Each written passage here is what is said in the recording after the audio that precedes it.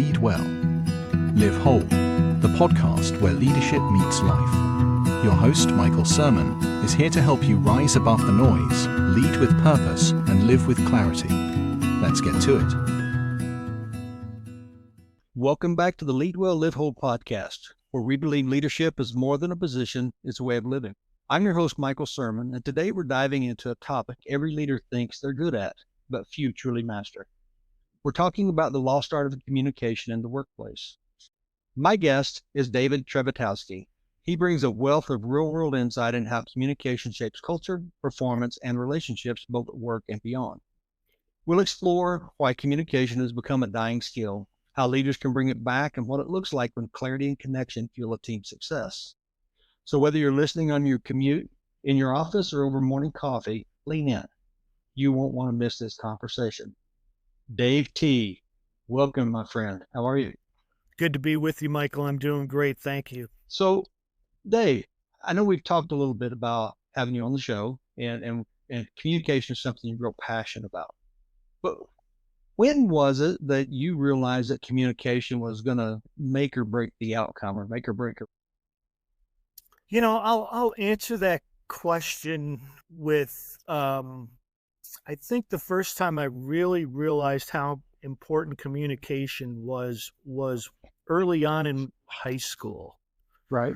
And I always had good confidence. I was always curious about people. And when I was a freshman, sophomore, all through my high school time, I just had a plethora of different friends, whether they were jocks, whether they were the kids hanging out smoking cigarettes at noon, whether I would talk to custodians. I would play ping pong with the principal, who allowed me to continue to play ping pong and be late for class. Did he win or you?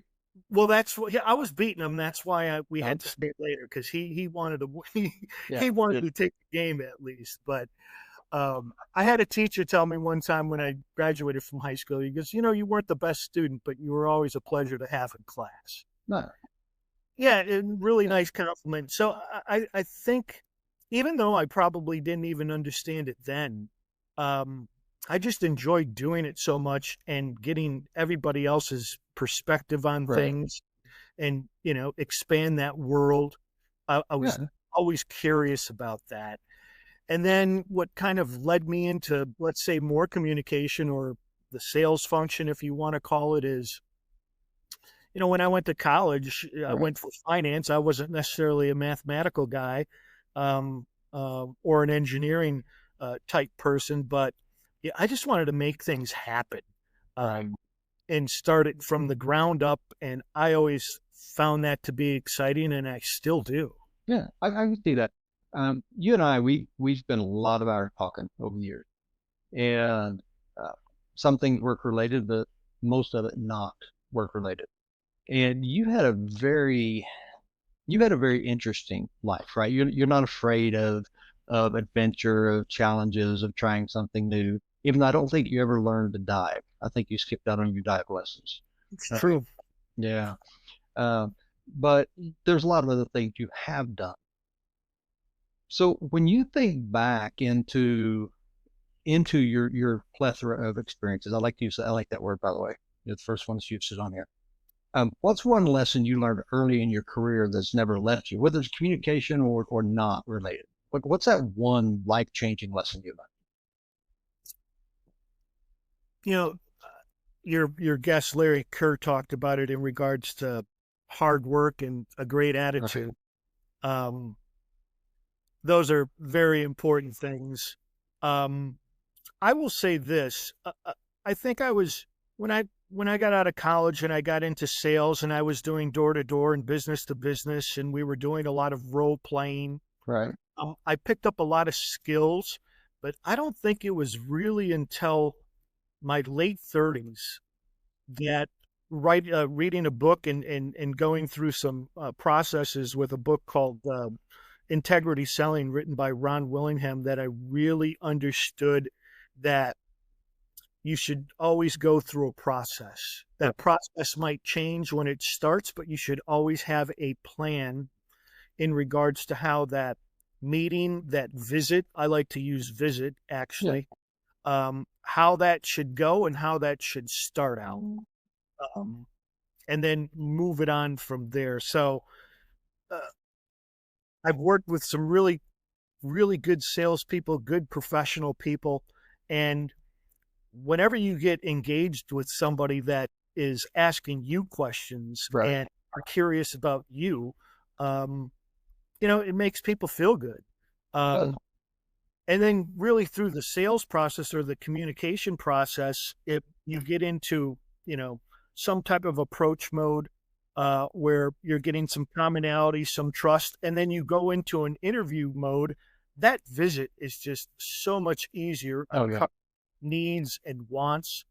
Um, and I think there's just a lot of people that get into a demo mode right away, and they're just they're just grasping for things, and Right. the communication and visit just absolutely go the wrong way. So I kind of learned that, hey, you should have a plan. There should be a process in place, and you need to follow it every Right. time. Even though things might change, that's the way you want to start out. Okay. No, that makes perfect sense. Right. Because the sell isn't about the sell. The sell's about meeting their need, right? Correct.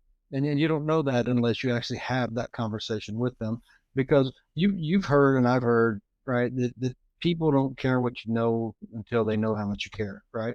Exactly right. And I think it's that same approach, right? To be the best, my phone's going stupid on me.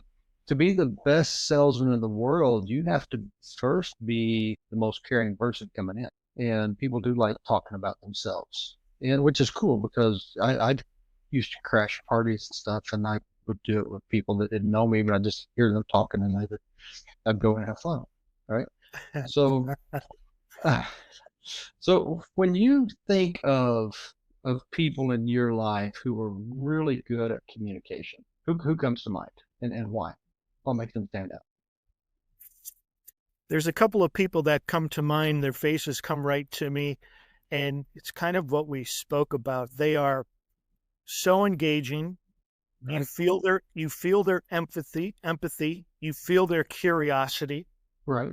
and maybe the most important is their mindfulness. They're in the moment with Right. you, and they're sharing that moment with you. That's fair. What was that Tom Hanks movie, the Mr. Rogers movie? There's a great scene in there where the Mr. Rogers character calls up a journalist. They're trying to set a date for a visit slash Right. meet. And Mr. Rogers says to the reporter, who's struggling in his life a little bit, and Mr. Rogers knows that, he goes, you know what, the most important thing I'm doing right now, Tim, if that's the gentleman's name. Right. And no, I'm not sure. He goes, I'm talking to you. It's the most important thing I'm doing in my life right now. And so those people that are mindful and staying in the moment and are curious about you, those people really strike me. And it's a reminder of how everybody should communicate, whether it's at home or at the work. Right. That's fair. Right. Being present. Setting your phone down, right? That sort of thing. Not checking your emails or texts, because I don't know how many conversations I've been in with CEOs or different ones that in the middle of your sentence they're going to pull their phone up and start talking, and the only message that sends is you're unimportant and you have nothing that of value for me unless there's something specific I want, and it made it hard to lean in and give them your absolutely best. So that it is, and it happens often, and I've experienced it and continue to do so. And one of the important things that I've also learned, where if you talk about one of the watershed moments for me, is when you realize, people may not remember the conversations that they're in with you, but what they always remember is how they felt when they with you. And that's, if you can master or understand that concept with all your interactions, your life's going to be a lot better and a lot more fun. Yeah. So I have the good fortune of being married to one of the greatest coaches in the world, right? And she is good at saying, "Stop, put your phone down, look at me, talk to me, right? Let me hear and see what you're saying." And she feels it and she knows it and she can draw that out of me because I can often get busy and we're all genius multitaskers, right? So I'll be trying to do all these different things at one time, but I'm really not paying full Right. attention to what they're said. And that's evident because she can say, "Well, did you hear what I said?" I can repeat back what she said, but I didn't hear what she said, right? And the hear is a thing. And I've got several books out. Two of my books are user manuals. One is how to understand your wife, and the other is how to understand your husband. And they're and they're kind of parody, humorous type books, but the concept and principles are still there, and it goes into that as well, right? For our entire marriage, Tammy and I have always said it's not what you said, it's how you said it. In fact, she threw that at me today. In this case, I was like, "But I didn't say anything." She said, "Well, it's how you didn't say it." Okay, so Yeah. the nuances of it are huge, right? They were at a whole different level, Mike. They are that. They are that. I'm sitting in the corner drooling, and she's a ninja walking around on a rooftop somewhere. So yeah. So all right. So you've worked at companies that are really known for being very precise and being high performing, right? So how did communication fit into that? Oof, well, that's a big one when you're talking about manufacturing and the processes. Right. Um, Not only communication with between people, but communication with technology and the Oh, process yeah. that's set up. But obviously, those things all need to be set up. For me, and who I am, I want, you know, when I'm talking to engineers and things of that nature, I always ask them, I'm like, treat me like a fifth grader. I want this simple, and for me to understand the concepts. And if I want to get into a little bit more of a technical conversation, let me choose to do that Right. a little bit. And Yeah. I think that's part of the communication in manufacturing too, or anything is, let's start at the foundation. Let's make this simple so we can all get on the same page and we can start from the same spot and then move from there.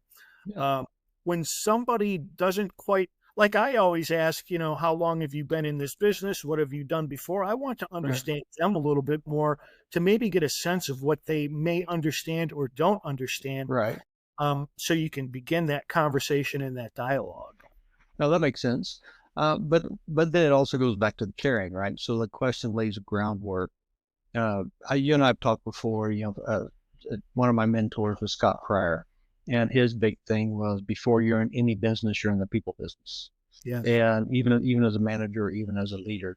So my approach to what you said, right? You say break it down like fifth grader, and I would always tell people break it down so a manager can understand it. Right. And that wasn't derogatory on managers. It's just we always feel that we're so rushed and pushed and running from this meeting, that meeting, and this email and this phone call that you have a very short attention span. And if you're not careful, you'll do like, most of us are prone to hear the first part of a sentence and then just fill in the last half of it, which isn't what was said at all. Right. Or it isn't the message that is trying to come through.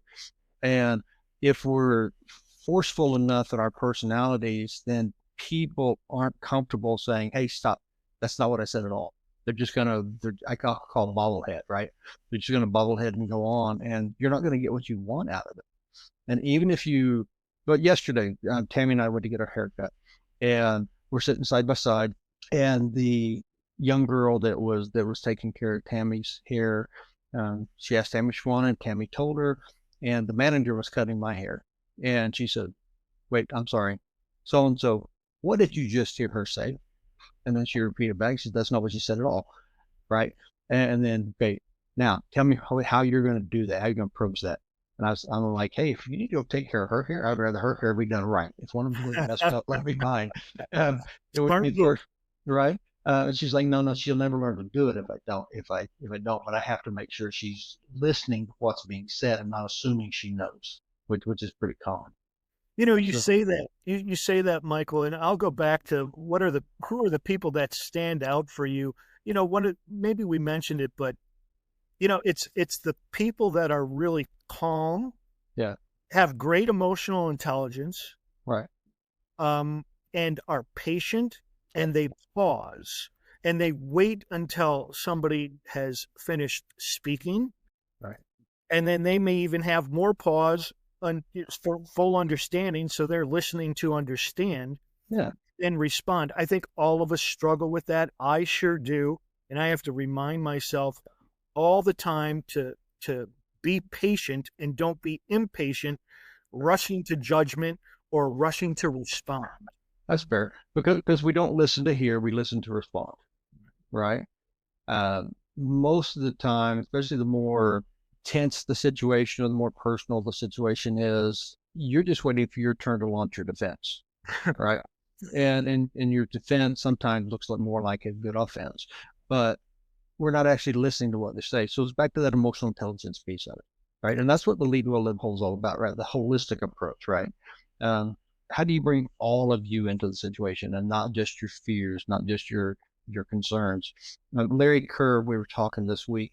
That's one of the comments that he made. We were talking about those bad leadership moments when you react or respond or erupt in a manner that you really didn't want to or didn't intend to.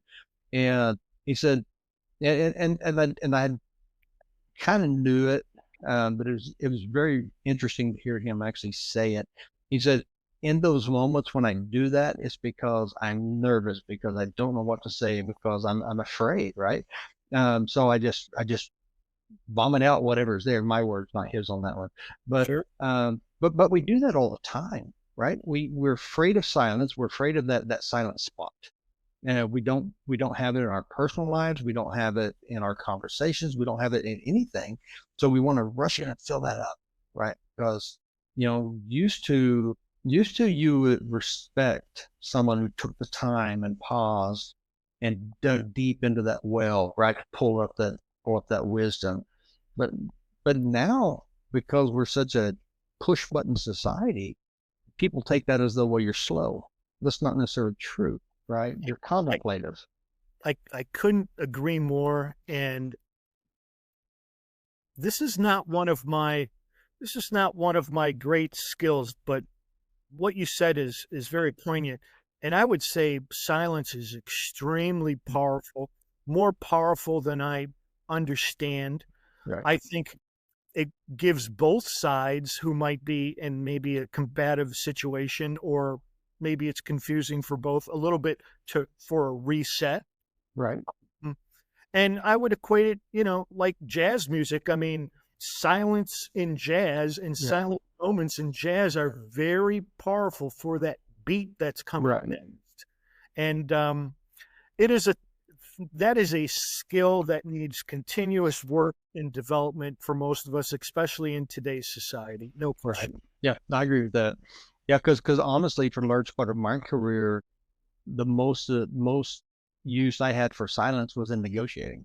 Right. Silence in the middle of a negotiation is insane because the other team isn't what they're not used to that. So they're going to Correct. want to rush in, and it's fun to let people negotiate against themselves just because you got quiet. Right. And you know that, right? As a master salesman, that you know how to play with that game. Uh, so look back on your career, your life. Forget career. Look back on your life. Um, can you think of a time when communication, good or bad, completely changed the outcome? Right, where it was going one way and everything was going well, and because there was now, let's keep it positive, changed it for the better, right? Whether somebody stepped up or somebody else stepped in, just something somehow they turned it around in a way. Yeah, I would probably the things that come to mind is really on a personal side, most likely with family and Right. close friends. Those are those are the times that communication is so important. Sometimes you have to swallow some pride, Right. which as I grow older, I think I'm more willing to do than I was as a younger person. The instance, I will say this, I was reading, and this is 20 years back. I mean, I was reading on mindfulness. It was Right. new to me. I always kind of had it in my mind um, of what that was all about, but I didn't understand it. I didn't even know it had a name. I didn't even know it had classes. Right. I picked up a book and they started talking about mindfulness, and there was about a 5-week period of time that I really, really worked it. And I went home during a holiday, and I think it must have been Christmas, and I've never enjoyed my family more, and I don't think they've ever enjoyed me more Right. when I was in that zone. Don't ask me why I didn't continue. I couldn't hold on to but there was a 5-week period of great clarity that I felt, and that I practiced it, and it was one of the most enjoyable times of my life. And I was very productive, not only Right. with personal matters, but obviously with work matters too. Right. It's the mindfulness and being present, which is very difficult to do, Right. and it takes a lot of practice. Is really a foundational piece for everyone to be able to communicate at a high level. I agree. So you said don't ask you, but I have to ask you. What's stopping you from developing that discipline? Because it's a discipline, right? So It is what's stopping you from pursuing that discipline now? laziness. Yeah. This, Not to, it's just the way it is, yeah. Yeah. Uh, I'd have a lot better figure if I wasn't so lazy. maybe right. Maybe complacency is the more appropriate. Not maybe more appropriate, but what we can talk about, complacency Yeah. is one of them. Things start to become a little bit easier. We've all been in a job for quite some time, Yeah. or relationships as you grow older. Maybe you take that for granted Yeah. a little bit. So complacency is the devil, really. What they say? Change doesn't happen in your comfort. Correct. Well, you talk about that quite often. I hear Yeah. that from you all the time. You have to be challenged, and I'm in a spot in my life where I'm really not challenged that much, Right. and I need to motivate and challenge myself for that. But mindfulness takes work, and that discipline. You're exactly right. It's there for everybody. It's there for me. Right. Just need to practice it. Some days are better than others, but it needs to be more consistent. No question about it. Well, who was it? I forget who said it, but greatness isn't that big event that you do. It's those small, consistent things you do every day, right? Right. And so I think that's what you're talking about here. It's developing that habit, developing that practice, silencing yourself, silencing that chaos inside your head, because we are so driven by all this outside pressure and forces and all of that, which do nothing but feed that pressure inside of us. Right. And we assume we know something and we make plans off of that assumption. Or we were talking earlier about communication with my wife, right? Women in general, right? We are playing 2D chess and they're playing like 12D chess. Yes. And it's not necessarily what you said, but how you said it, what you really meant by what you said it, which sometimes be determined by the color socks you wear. Who knows, right? Right. And I don't do that to denigrate the women by any means whatsoever. I admire their ability to really communicate in a way that you and I at our best. Yes. Right? I agree with you. There's senses there that are in tuned, body language, when you say it, all of it. And when you think back of it, even if you don't understand it, I've been in that situation, you think, and I'm like, they were right. Yep. She was right. Um, yeah, I No, agree with no, that's 100% true. But we can, even as diminished capacity men, we can develop that intentionality behind that. Here, that's another word you hear me say a lot, right? The intentionality behind the communication piece of it. And so I don't just hear what you're saying, but I hear what you mean by what you're saying. right. And so the Tulsa tornado and we would travel around, right? Jerry Spire and we would travel from plant to plant. And there was times we would go in and he would make a comment about something and something that needed to be done. And then we would leave and we'd come back, a month or 3 months later. And he would ask about whatever that was. And they would say, well, we did this with it. And he said, why'd you do that? And I would say, it's because you told him that's what you wanted. He said, that's not what I meant. Right. So that really got me thinking about the being very intentional in what I was saying and how I was saying it. And I've told you this story before. When I was mayor of a small town and we were having our 100th anniversary and everybody's lining up for the parade and there was a group of kids that needed to be escorted down to it. And I'm headed that way. So I said, come with me. And we're walking and we passed by this abandoned house. And we cut through the corner. It's a corner lot. So we kind of cut through that yard and this bulldog came out and was rushing at us from under the house. So we got them moving on. And I got them away safely. And I'm nervous and upset. I'm in my low 30s, right? 33, 34 at the time, and 34. And we were walking along, and we ran across a friend of mine who was one of the police officers, and he was directing traffic. And he's like, "Oh, Mary, you look upset. Are you everything okay?" And I didn't think, because of the relationship, right? I wasn't careful about what I said. And I said, I'm fine. It'd be nice for me to go over and shoot that dog, right? Not even thinking about it. And then I'm going down and I'm doing a interview with one of the news stations. All of a sudden we hear this gunshots. And he had gone over to take care of the dog and the dog charged him and they ended up having to shoot it. Well, he didn't go with the intention of shooting it, but I already primed him to shoot it, right? By what I said flippantly, that's not what I meant, Sure. but it's what I said. Right.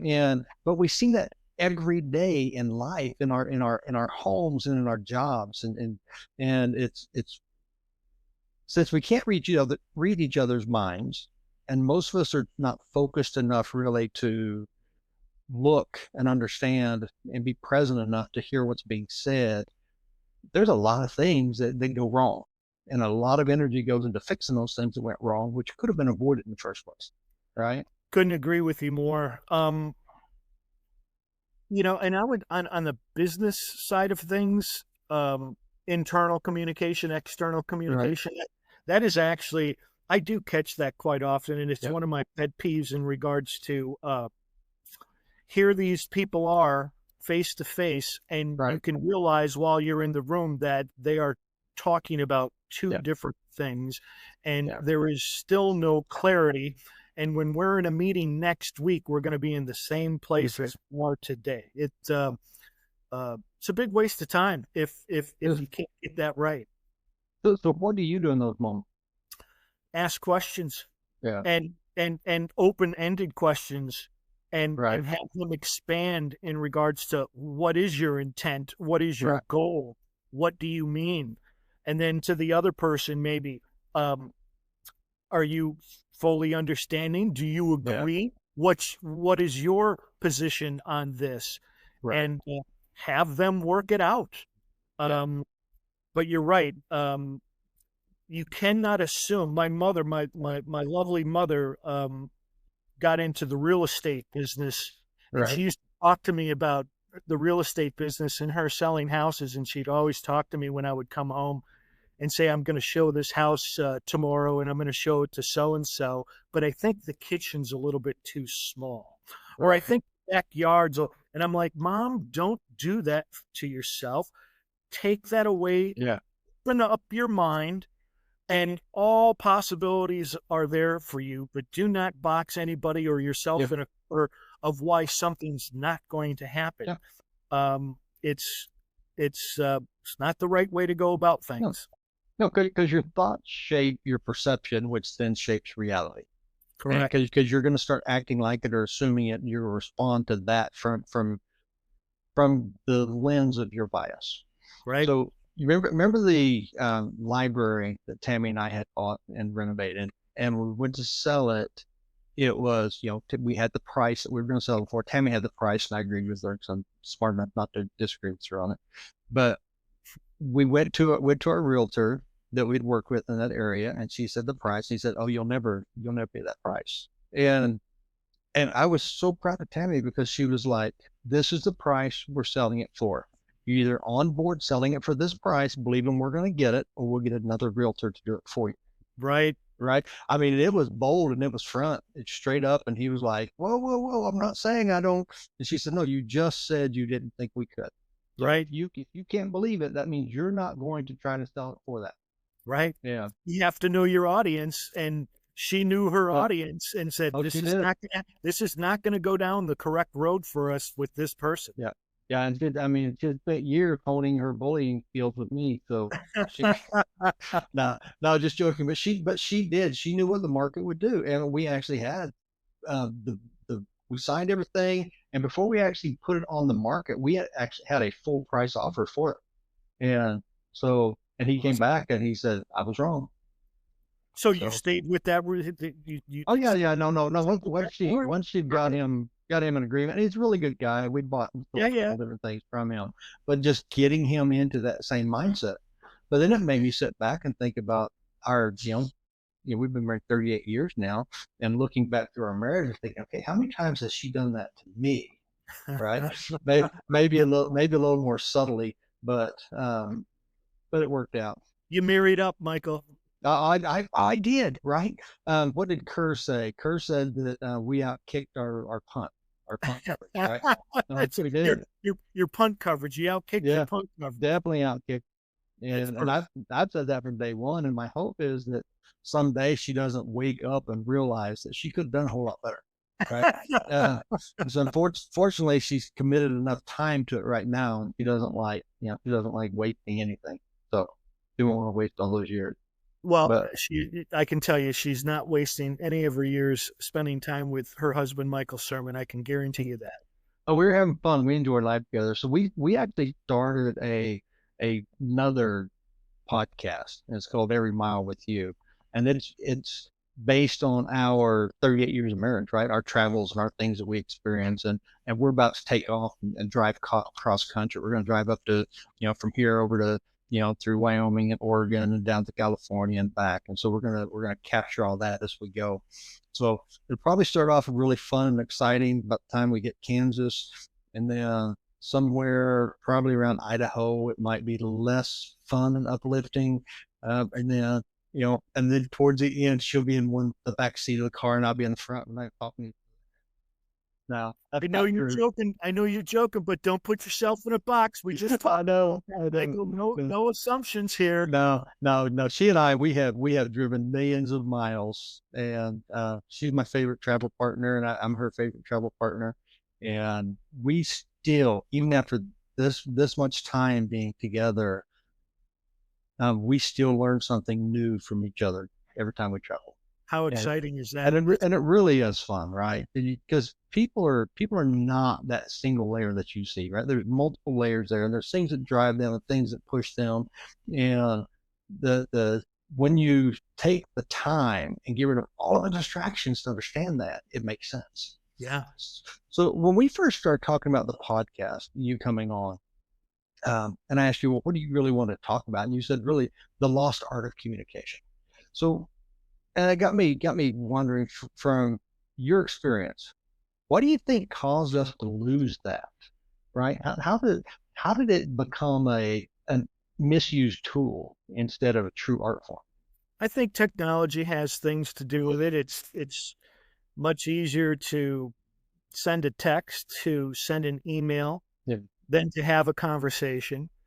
All of us, it's much easier to do those things than to pick up the phone and actually have a conversation. And we're all guilty of those things. And I think the workplace has gotten a lot better, and I know that you even talked about it with Larry Kerr a little bit, putting people in a position to have value and ownership, what they do is just so important. Yeah. Instead of a micromanagement or an industrial revolutions type setting that just makes Right. all of us. And not only they don't, they make you sick at work, but you take that sickness and you take it home to your family also. Right. Uh, and it's just so important. And one of the things when I was thinking about it, and it's a difficult thing to do, but and I by no means am really good at it, but I do recognize the different behavioral styles of people, and Right. people be communicated to in the sense of their behavior styles. Right. And I think managers and owners of companies and people in leadership areas need to understand that a little bit. Right. And it's not a cutter world out there.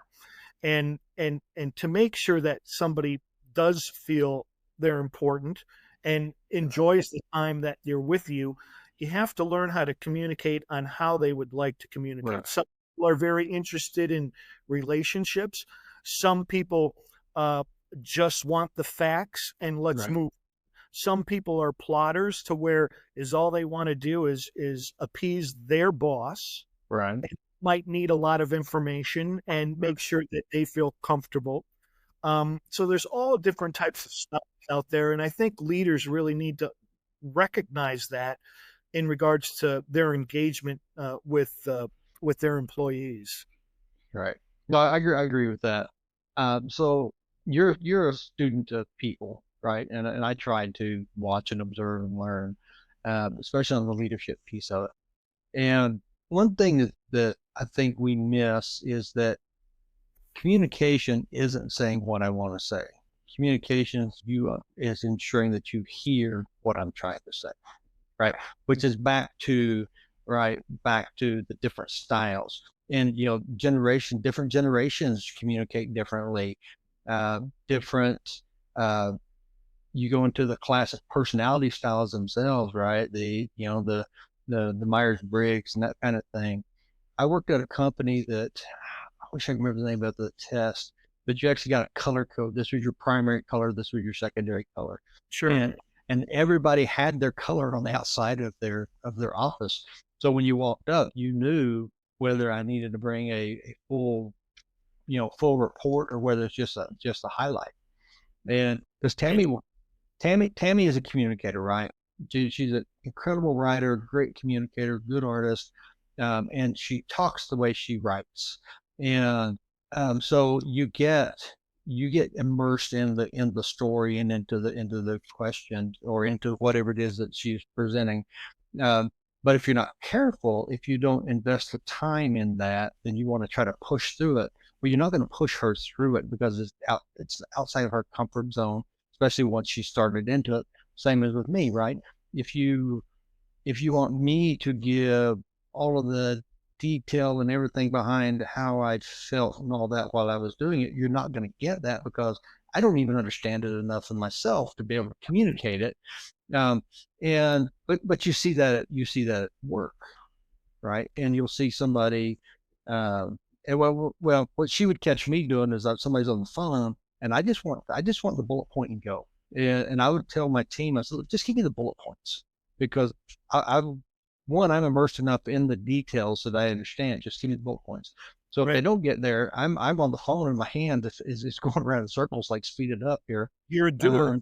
Right. And Tammy's like, oh, I see how you do me now. It's like, no, I'm too afraid to do that to you. Right. And I'm not. I'm really interested in what she's saying because how she says it, I've learned so much about her and about her family and different things in the process. But I know that about myself, so I have to force myself to slow down. Right. It's like when I write, you can't read what I write most of the time. Right. When I'm writing, so I have to flip my pen the other way so it slows me down as I'm writing, so you'll understand. Or sometimes you can understand just as easy in my left hand as you can my right, because it slows me down enough to do it. Right. Well, if I take that into the conversation, then I can quickly lose what you're trying to say because I'm already jumping to the end instead of following the process, which is what you brought up earlier, right? And that was the point that Larry was talking about, right? There's 2 or 3 things that you're going to do every day, and you're going to make sure you do them right. Communication, I think, is the same one. No So, question. And there's no shortcuts.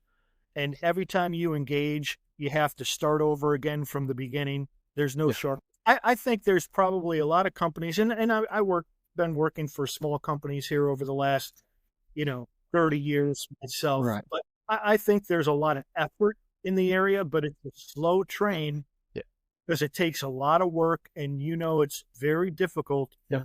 When you change communication in an office, you're changing culture, and You are. that's a long haul, and it takes a lot of effort.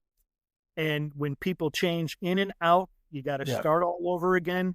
It's a difficult, difficult thing to do. But the people that really care about it right, uh, and work at it every day, right, much as they possibly can, there's some success there. right.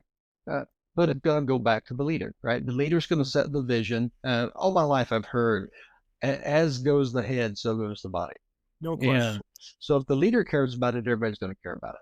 If the leader thinks they're too busy to do it, yeah, I've been in companies where we've had, had great safety rules and stuff in place.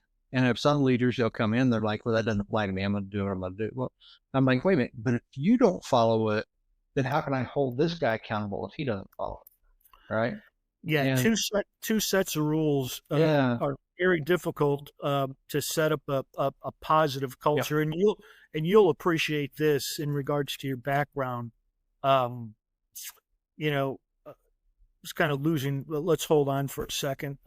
Pause. What was I going to say, Michael? Um, I don't two, know, but I'll appreciate it because of my background. uh, man. Oh, We got- that's what I was going to say.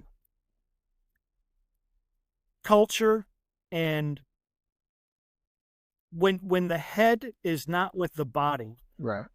you're living in conflict. Yeah. Living in conflict is no fun. No. When and if the leader is in conflict with how the company should work, where Right. there's two sets of rules, or they're not in line with how you think it should move forward, Right. or it's dysfunctional, now you're living in conflict, and that's tough work life right there. It's Okay. tough personal life, but living in conflict in the work area is not much fun. Right. Because then you're trying to manage the fallout versus manage toward the goal. Right.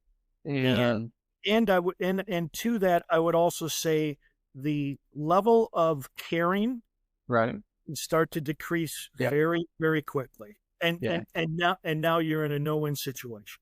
Yeah. My thing is I always say people are either going to lean in or lean away from the vision.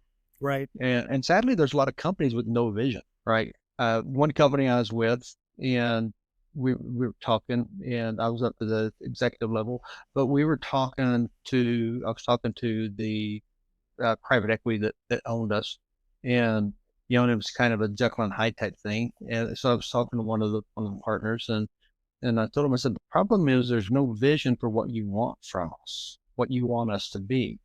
And they said, well, I do. I want you to be profitable. I said, profitable is not a vision, right? That's an outcome of, right? That's part of it.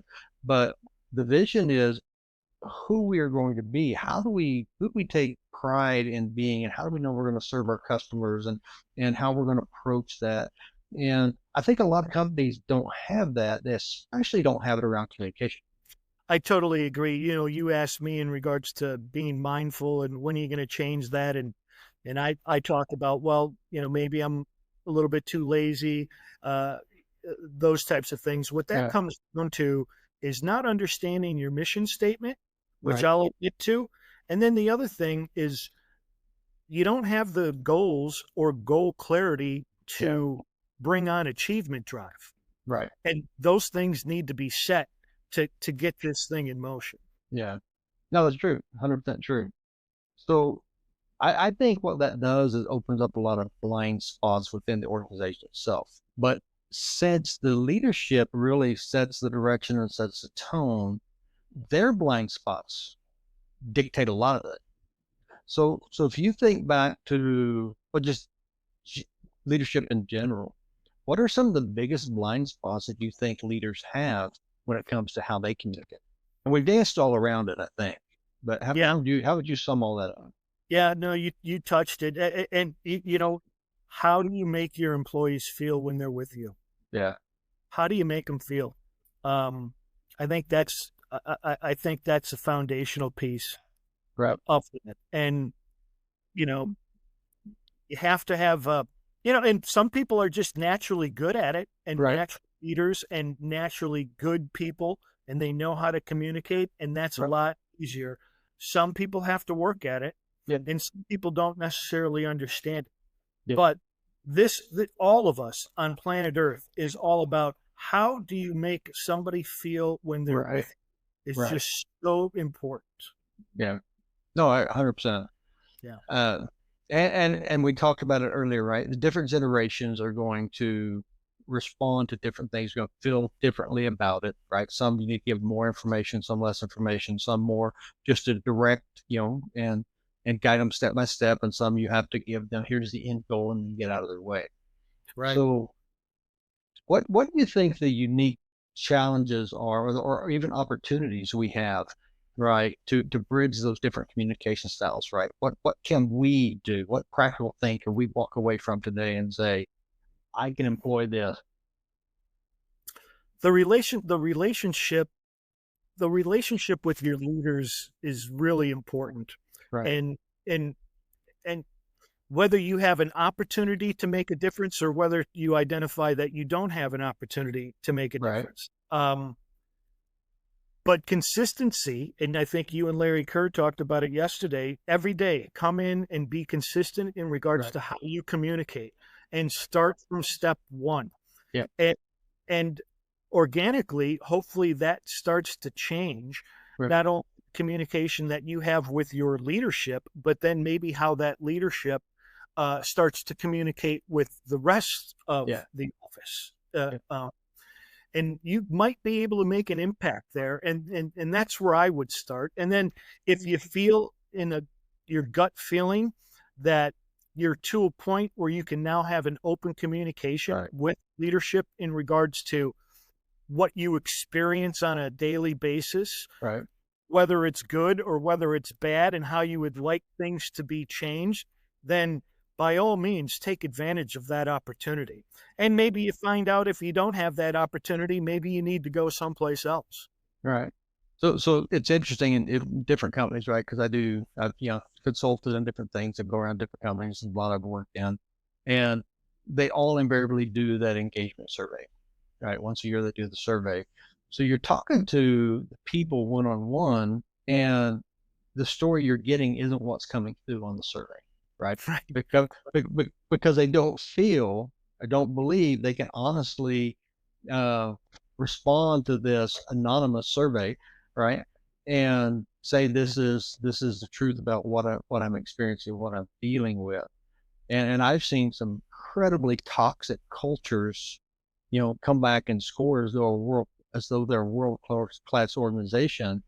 And I would tell them you can't be a world class organization if you're still running a 35% turnover, right? People aren't leaving because it's too great of a place to work. Right. There's something broke. No, you're right. And it's very difficult for a lot of reasons, whether it's, what can be said, what can't be said, legal situations, Right. human resource situations, all of those relationships in regards to how they move forward with your boss or coworkers. Very, very difficult to do. In a family situation, it's a lot more open-ended, and you know each other a lot more, and you can really just talk from the heart. Right. And it might be a little bit easier that way, but you're right. Workplace wise, it's a very difficult situation to be in. Right. No, it is. But in the manufacturing environment, a lot of especially you're in some very dangerous situations, right? And communication becomes a vital tool in making sure people get home safe, right, and alive. So how do you see that being an element in the management and the individuals that you work around when they approach the workplace? Are they aware of the safety aspect of it, or is it just the safety is just assumed? My experience, I think that I've had is management or leadership takes that very seriously. I Yeah, mean, you're talking about people that could be missing fingers, hands, arms, or their yeah, life, in a lot of ways. Um, and I've always felt pretty good in regards to how our leadership have handled that, and it's not just talking notes. right. In regards, you just can't afford to do that. And it really goes back to what we're talking about. That better be a priority. You better be Right. very mindful of safety, because the way you talk about it, um, because that's an indication of how much you actually care about them. That's the one indication. And if they know that if your employees know that you have their safety as your number one priority, there's the foundation you can start with to really start solving other problems. No, that makes sense. So Vicente Renal with I'm probably pronouncing it wrong, with Ingersoll Rand, one of the most impressive things I've seen him do was we were on a plant tour and the facility had a no cell phone policy, right? You had to go to a parking spot or parking lot or something to use a phone. And we're going along and one of the board calls and he whips his phone out Oh and no. no, he whipped it out and somebody said, "Sir, we're phone free," and he told the board member, he said, "I'll call you back," and hung it up until he got to where he could legally make the phone call. I mean, I thought that was impressive because it'd been easy. It was a safe situation, safe environment. It'd been easy for him to say, you know what, you don't know who I am. I'm going to take this call, but he didn't do it. He honored the rules because if we believe in safety, we have to follow what we communicate, right?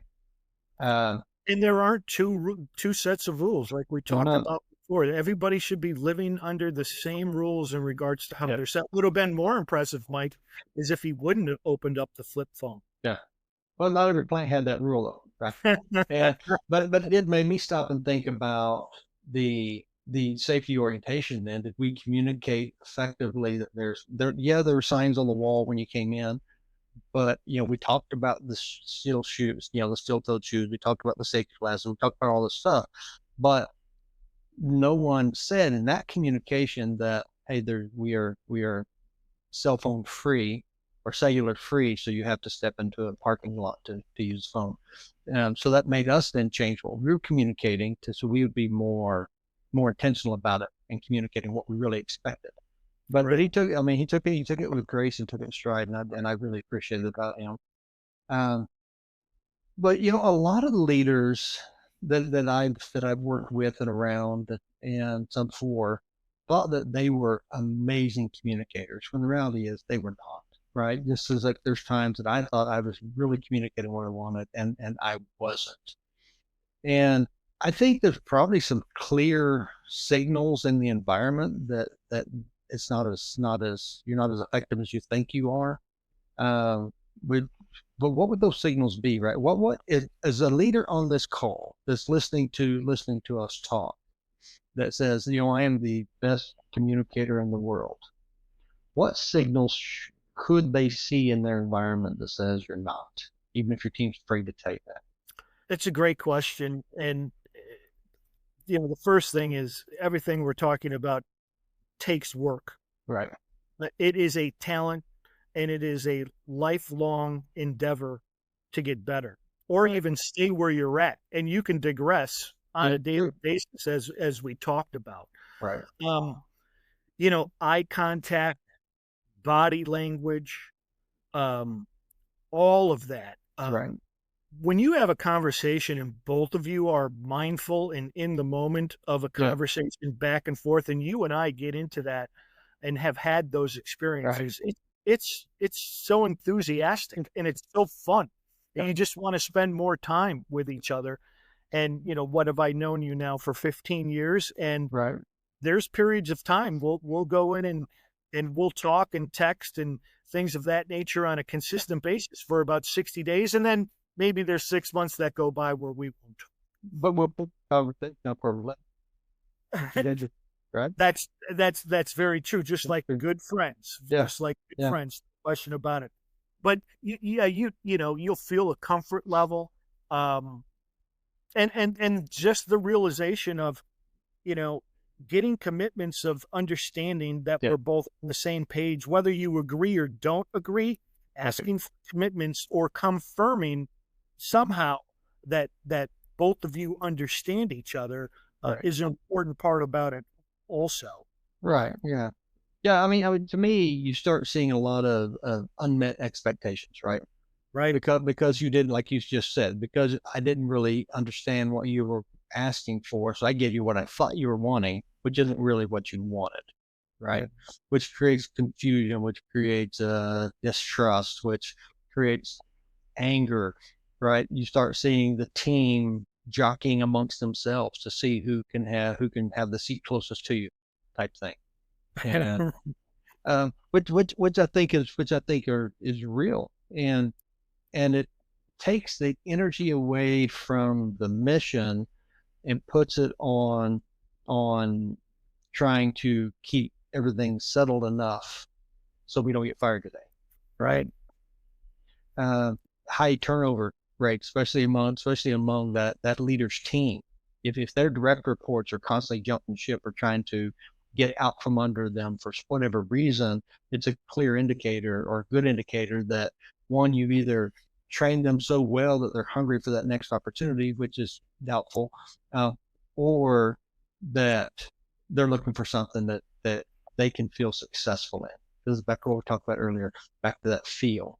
And so, people showing up at their annual review and being surprised by what they find on their annual review, right? Wait, that was my goal? I didn't know that was my goal.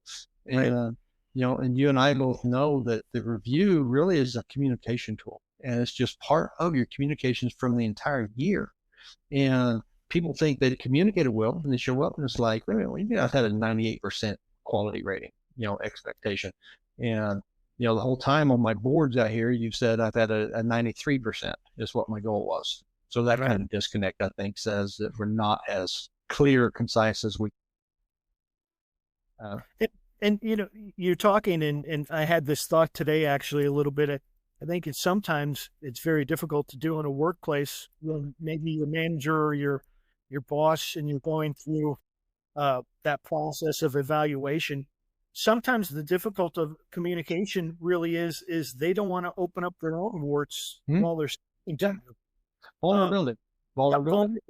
That's right. Yeah. And that's a great word, and we haven't really talked about it that much specifically, but vulnerability is vulnerability in a lot of ways, as long as it's managed properly, is confidence. Right. Like, you're confident enough to be vulnerable. You're confident enough to be made fun of, in a joking area. Those things are you can really grow as a person if you're vulnerable. Yeah. I mean, you and I, we've had this conversation before, right? You're a world-class communicator of sarcasm. And I think I am as well, right? We love sarcasm. We love the joking. We love the teasing. And we can go over the edge once in a while. We can, but we can also get, right? We can give and we can get.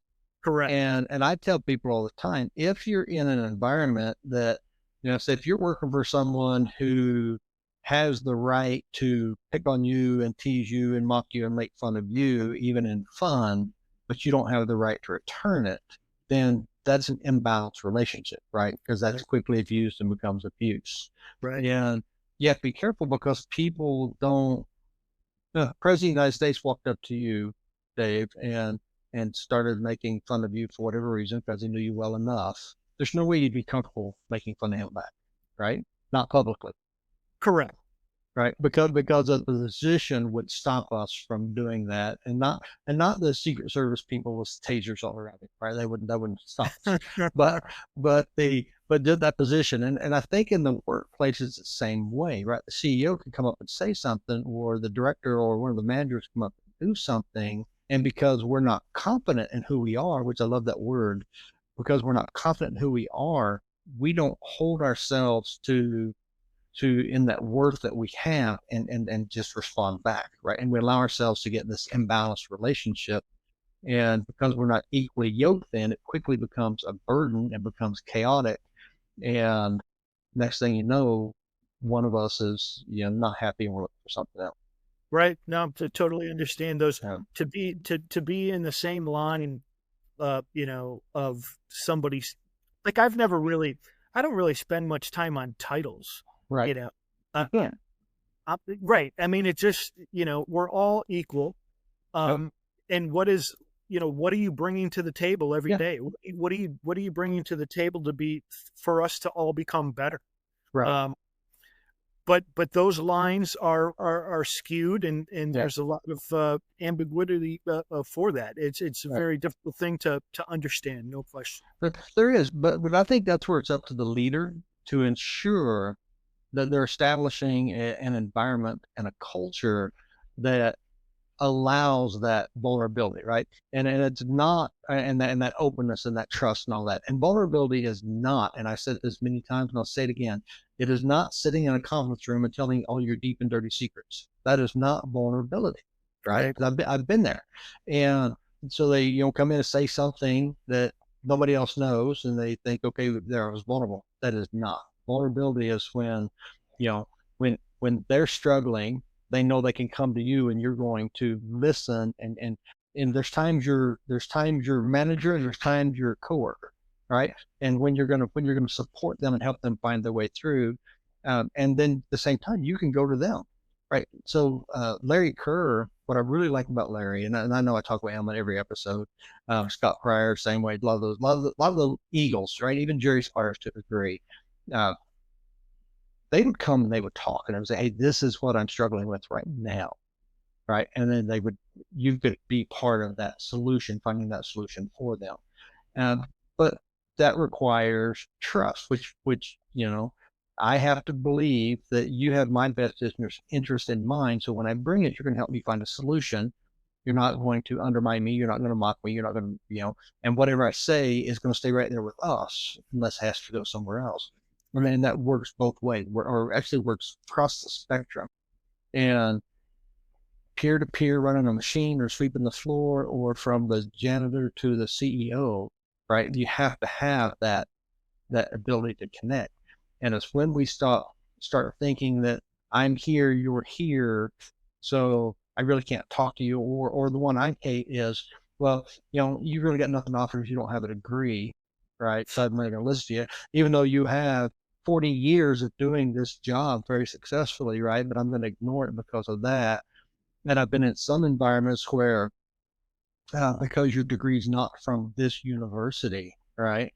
And Yeah. what one company I was at actually said you will only promote. There was a policy, you only promote to this level unless your degree is from X university, and then you can promote on up. Yeah. So That it's fascinating. It is very confusing and fascinating at the same time. You know what I've said over the years, Michael. I might have actually came up with this. I don't know, but I actually said, you know what? When you're wait, you want to trademark it before you? no, Okay. no, probably because I'm probably wrong. I'm probably, but I always have said, when you're in college, you're at work. Yeah. When you're at work, now you're a student. Yes. Oh, for sure. 100%. Yeah. I've never heard that before, but I've heard the concept and I love it. Yeah. Yeah. Cause really you're just in school when you're in school. I have empathy for any individual that made a comment like you had mentioned, that you didn't get the degree at the correct university, or you don't have a college degree, right. So I'm at a different level than you. I really have empathy for those people that think that way. They're in probably more trouble and living in conflict than we can even imagine. Oh, I agree. Now, don't get me wrong.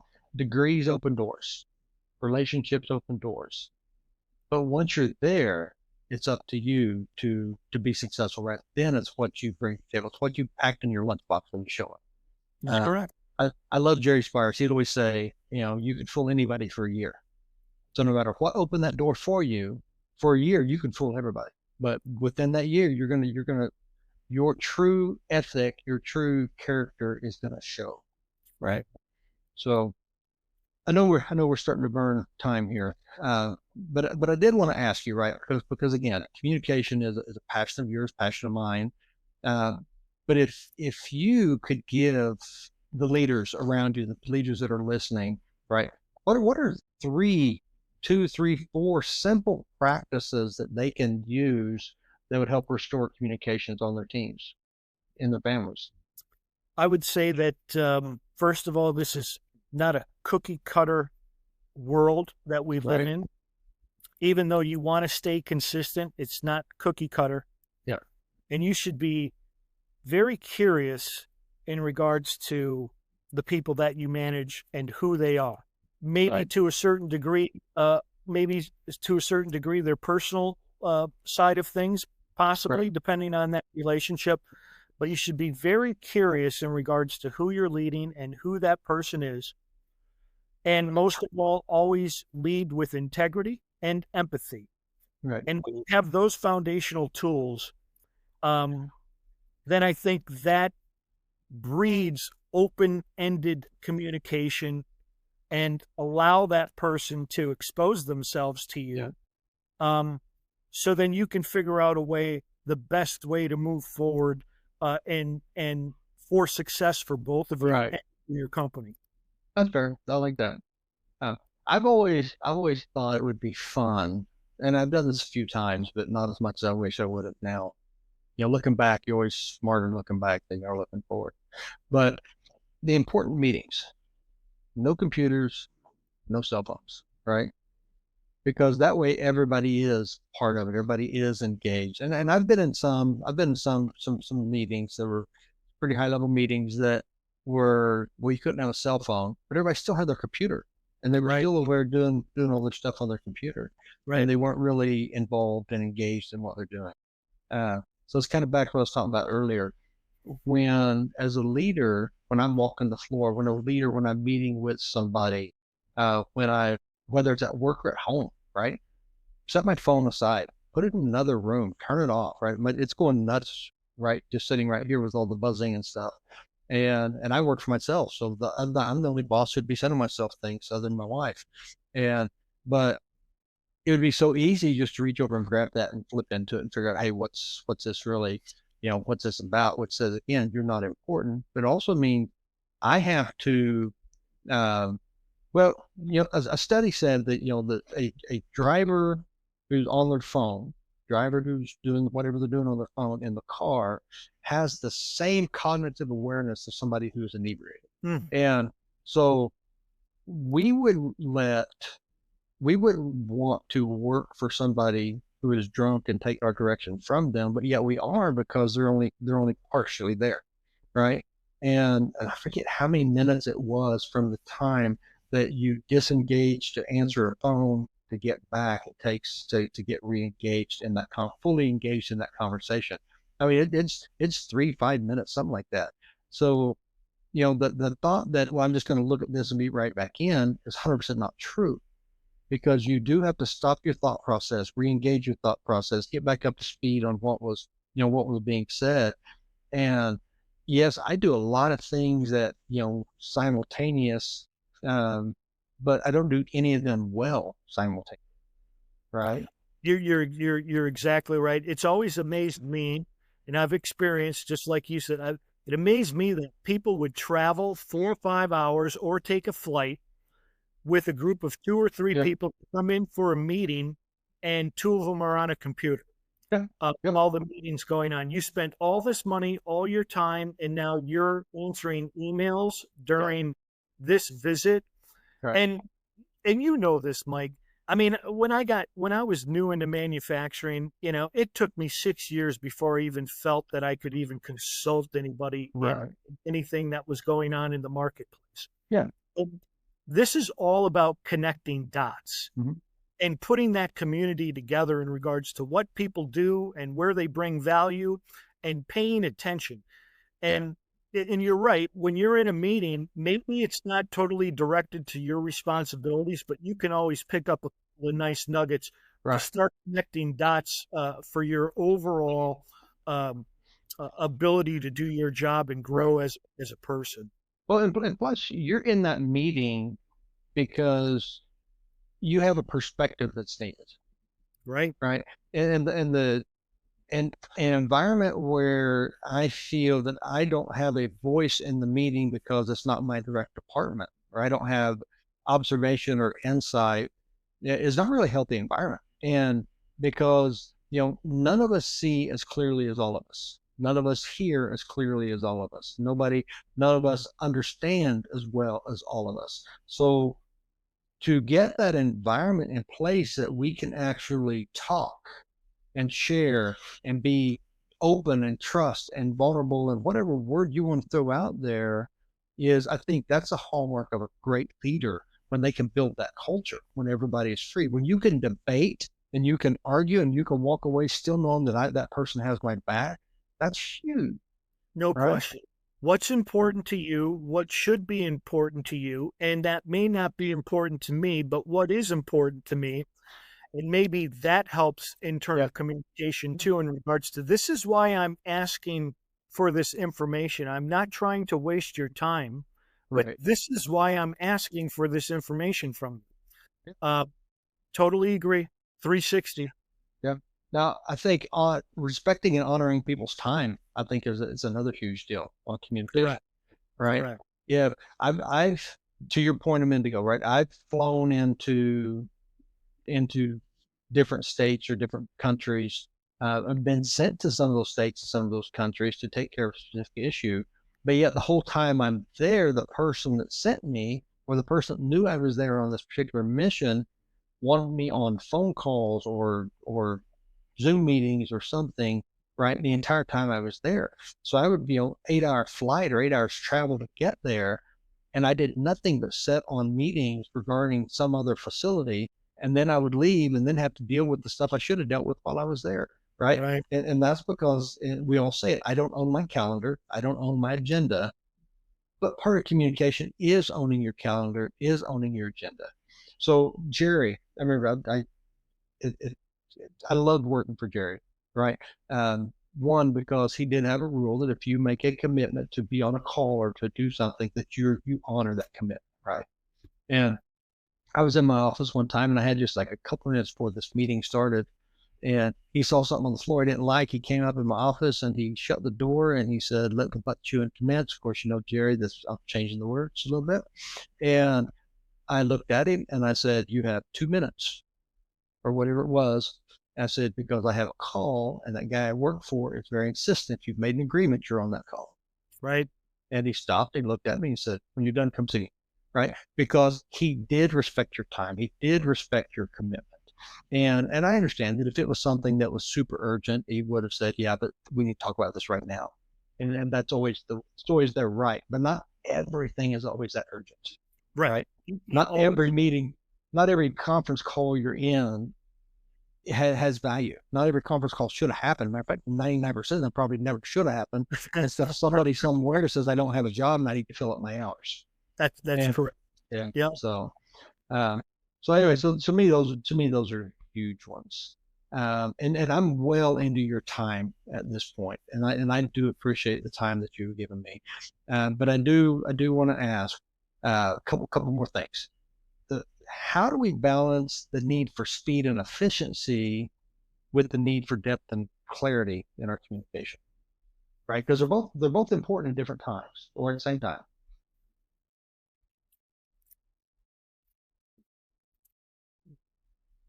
I am getting better All right. of being a lot more patient and making sure that I have all the details, what I need before we take the next steps.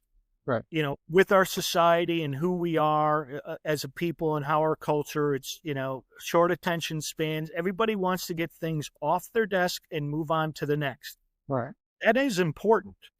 But you want to be able to be patient enough to where that's not going to come back and bite you when you move too fast. So slow down. I think having the correct information and slowing down is more important than just speed. If you know that this is going to close it out, or this is going to take communication to the next level where we need to go to continue the conversation, make sure you have your ducks in a row and don't worry about speed so much. You might perceive in your head that this is important to get done today. And and that's another thing about communication. You talked about time. One of the real important things about it, whether it's internal or external, is you may not have new information, but if you need to get back to somebody, there should be a time clock in your head and say, I don't have the information. I want to let you know I'm still working on it. I'm thinking about you, and you will hear from me tomorrow morning by 9:00. Whether you have better information or not, you get back to them at 9:00. But I think there's a lot of tendencies with people who don't have new information. They may let an issue run for 2-3 days. And that's the wrong way to go about it. Even if you don't have the answer or you don't have new information, there should be a time clock in your head, a respectful time clock, and follow up with that person, letting them know you're still thinking about it. Yeah, I've drift that to teams over the years, because even if you're not communicating, their imagination is. Correct. And what they're going to imagine is far worse than anything you can say. What they're imagining is they don't care. Yeah, absolutely. And if you don't care, then you're going to drop the ball, and this is going to cost me X in the end. So that was my thing, is always circle back around. If you get an email that asks you a question, if you don't know and you're going to go find the answer, let them know I don't know. But we don't want to say I don't know. Right. That's what I was going to tell you earlier when you talked about, when you're asked a question and you respond and you go with clarity. If you don't know, it's okay to say I don't know, but it requires trust, right? And it requires a commitment on your part to go find out. But a lot of us, we may not know, so we'll make it up and we'll throw it out there. Then we spend more time trying to justify what we came up with instead of just being honest up front, saying, hey, look, I don't know right now, but I'll go find out and I'll get back to you. Yeah. You don't want to make things up, because it might not come back and bite you all the time, but at some point it will. To add on to that, and I've learned this over the last maybe 6 to 10 years, I actually enjoy saying no. Yep. Because that builds trust. Yep. Yeah. So I've got a book called The Reset Button, and in it, one of the principles that I make is, saying no opens the door to saying yes. No question. Right. Because if you say no to the wrong thing, you can say yes to the right things. And sometimes no is a chance for you to step back and take a breath and recalibrate and approach it from a different angle, right? Or approach what they really need. And we want to be the Swiss Army knife, right? We want to be the answer to everybody's solution and everybody's problem, but that's not necessarily any of our jobs, right? There's no corporate MacGyver out there, right? We have a role we're supposed to handle, and it's seasonal, right? For this season, this is what I'm carrying. Well, the next season, I have a different load I'm carrying, so I have to give that to somebody else. But we tend to think that once you get it, you just stack on, and you never actually give anything up. And, we're not good at, when somebody throws something new on us, saying, okay, well, this is what else I have, which is the higher priority. We're like, we bobblehead it and say, yes, sir. And then we jump on, or yes, ma'am. And then we go and we try to do it all. And we end up, not meeting anybody's expectations. And we walk away feeling like a failure, when the reality is we're not, other than we failed at saying, I can only handle 3, I can't handle 5. Right. So no, you're right. Totally agree with that, and very well put, Michael. And it reminds me, and I've managed people before, I haven't for quite some time. But you take a salesperson, and if they're in that gray area and they think they're an agent for the customer, they're in no man's land and they're not going to help anybody out. And I used to tell them all the time, I'm like, if you spent enough time and energy actually communicating to your prospect or customer what we can do and what we can't do and what we're good at and what we're not so good at, if you spent time doing that instead of trying to talk the company into changing our rules and regulations and our terms and policies, we'd all be better off, right? Yes, we would. Yep. I've lived that. I have lived that. Hey, I'm sure. brother, we are pretty much out of time. So I'm going to give you opportunity. Anything we missed that you wanted to share? Anything that you think that we should have dove into deeper? Or is there so much you want to come back for another thing? Well, if you want to invite me back, I'll definitely be open for those conversations. I appreciate the invitation, Michael. I appreciate the relationship that we have, and congratulations on all the good that you're doing out there, and going out on your own and speaking the word, and your knowledge and your wisdom that you're sharing. It's needed out there, and we appreciate everything that you do. I appreciate you, Dave. And thank you, right, for coming on and reminding us that communication, it's not just about your words, right? It's about the connection. It's about your clarity. It's about your respect. And I've always appreciated it about you. And for everybody who's listening, I want to leave you with this. The best leaders are not just great talkers, they're great listeners. In fact, they're probably better listeners than they are talkers, because communication is less about saying the right thing and more about creating the right understanding and the right situation that everybody has a voice. So if today's conversation sparks something in you, share this episode with a colleague, share with a friend, or share with your own teams, right? And if you haven't already, make sure that you like and subscribe to the Lead Well, Live Whole podcast. Thanks for joining us on Lead Well, Live Whole. If this added value to your journey, share it with a friend and subscribe. Until next time, lead those you serve well and live your life whole.